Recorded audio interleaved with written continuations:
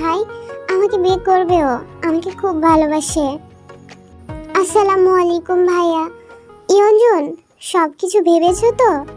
ভাইয়া, আমি সুবিনকে ছাড়া কিছুতেই বাঁচবো না। ভেবে দেখো, তোমাদের আর আমাদের এলাকার মধ্যে কিন্তু আগে থেকেই শত্রুতা। হ্যাঁ ভাইয়া, সব জানি।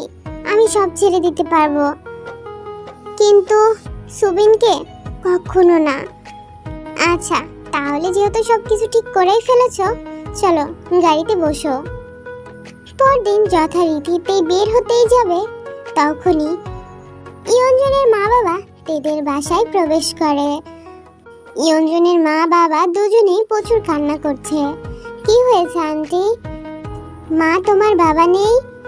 হ্যাঁ, বাবা তো রুমে আছে বলেই তে জোরে ডাক দিল। জেহব নিচে নামতেই ইয়ঞ্জনের মা হাওমাও করে কেঁদে ওঠে।